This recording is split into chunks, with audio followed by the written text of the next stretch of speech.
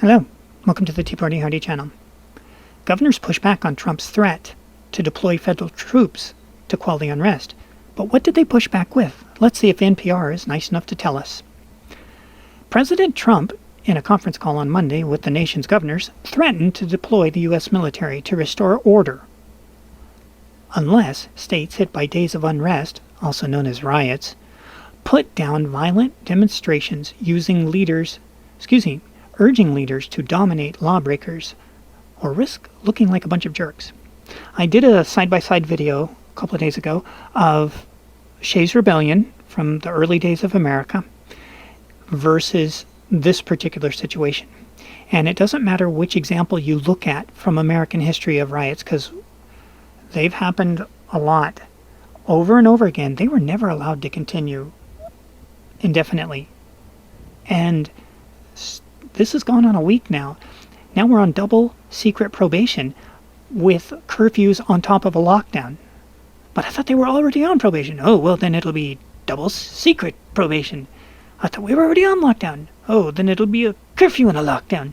Can't wait to see what level 3 is. We don't know. We don't really ever have not gone that far.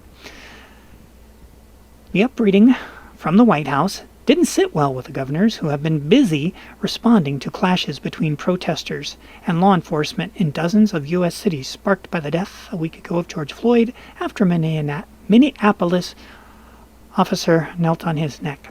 Now, what's interesting here is this is NPR, and you notice how they say right here, many governors who have been responding to the clashes. It doesn't tell what the responses have been, because there aren't any responses. They're letting them do it. They are letting them do it. That's why they didn't listen. Trust me, if NPR could list all of the successful items that are working, they'd have put it in there. But there aren't any, so they couldn't. So they just move along. Trump took a tough line with the governor, saying he was putting Attorney General Bill Barr in charge of the federal law enforcement response. The president said the White House was strongly looking for arrest, kind of like we've always done in history to stop this so that we are still a country. Because if you let this go on, viva la revolution, by the side that doesn't like the country. By the side that doesn't like the country. These people do not have nice things to say about our country when interviewed, nor do they have a purpose that is unified. Over and over again, it was no different in Ferguson. So, why are you protesting? Because I want stuff. They really said that. Why are you protesting? Oh, because I don't like this, I don't like that. But it's not unified. When you had the protest by the conservatives and business owners that were banned in California and other cities and other states, while the same governors are now going, oh, it's all good, we like you, so you can protest and destroy everything. We're on your side for destroying America. Yeah, well, when the other side was doing it, and they said, well, what do you want? We want the lockdown lifted. We want to be able to go back to work. They all had a unified message because they knew what they believed in. Excuse me. This time, these guys don't know what they believe in. They know what they don't believe in. They don't believe in America. If people are running amok, you have to dominate. If you aren't dominating, you're wasting your time, he said. They're going to run over you. They have run over you. A New York cop was ran over last night. You're going to look like a bunch of jerks. No, they look like a bunch of splats. It's a movement. If you don't put it down, it will get worse and worse.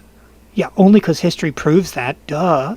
The only time it's successful when you're weak, and most of you are weak. Okay, that's not the best call to arms. Not going to see that in the Braveheart movie. The call followed yet another night of unrest Sunday over May 25th. Yeah, well, last night was Monday and they're still doing it. And came to the same day to the president of the Rose Garden urged the governors to deploy the National Guard, the troops to quell the unrest. Okay, so anyways, you get through here and it lists all the governors. Let's see.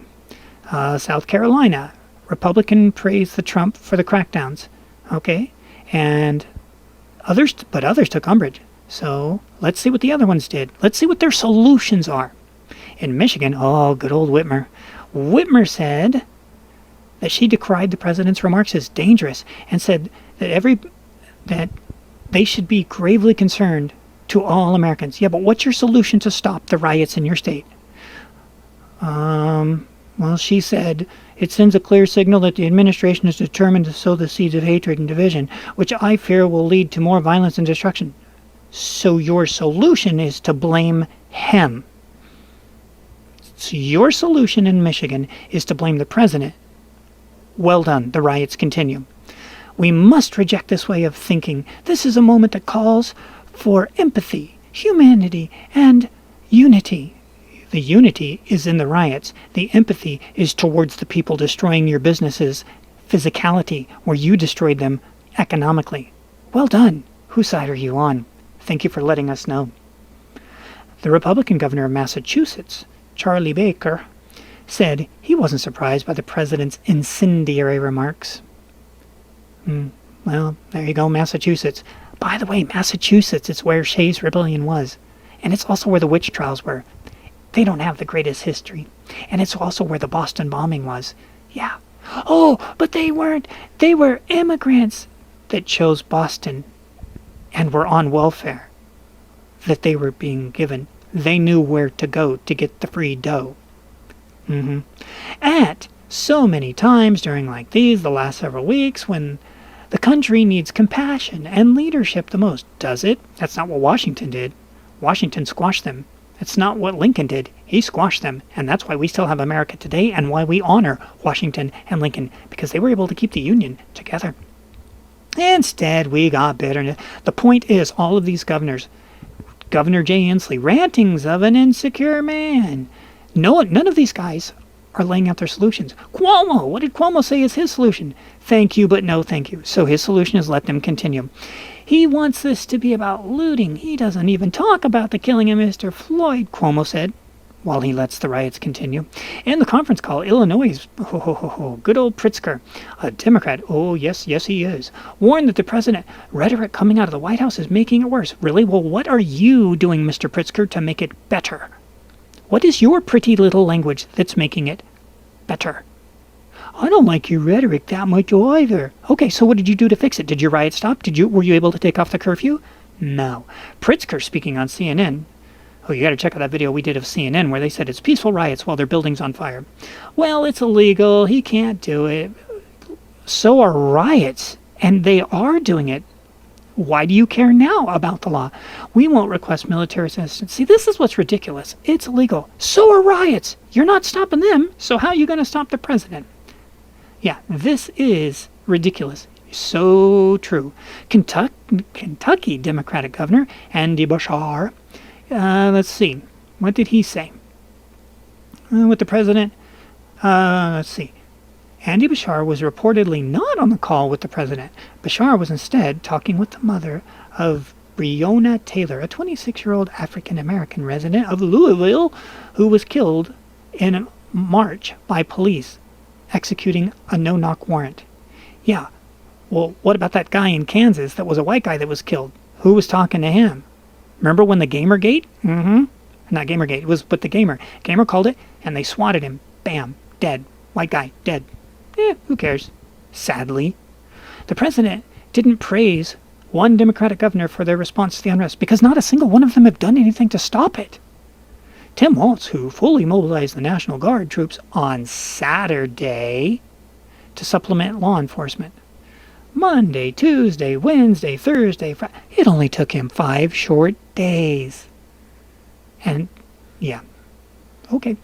But at one point or another, in the call, Trump called Minnesota a laughingstock all over the world. So they're just insulting each other. They have no solutions. And finally, to wrap this up, Congress is plotting action against police brutality, racial injustices in the response to Floyd death. So third-degree murder isn't enough. Hate crimes, which they invented in the 90s, which have worked out so fantabulous, wasn't enough. So you're going to make a law. It's like the school shootings. Why don't you just make it against the law to kill people? Oh, they did. Oh, you mean they broke the law? Oh. We have laws. And as we, on the right, love to say over and over, you just need to enforce them. Absolutely no one who watched that video of that dude with his knee on his neck for 8 minutes said, that's wonderful. No, they won the argument with the video. and then they rioted. They won the argument with the video, and then they rioted. How do you win an argument and then go out there and riot anyways? Well, this is how you do it. And then the governors, who Trump said, you all got to stop it, had only one thing to say back. Complaint, complaint, complaint. We will see you in what's left of the future.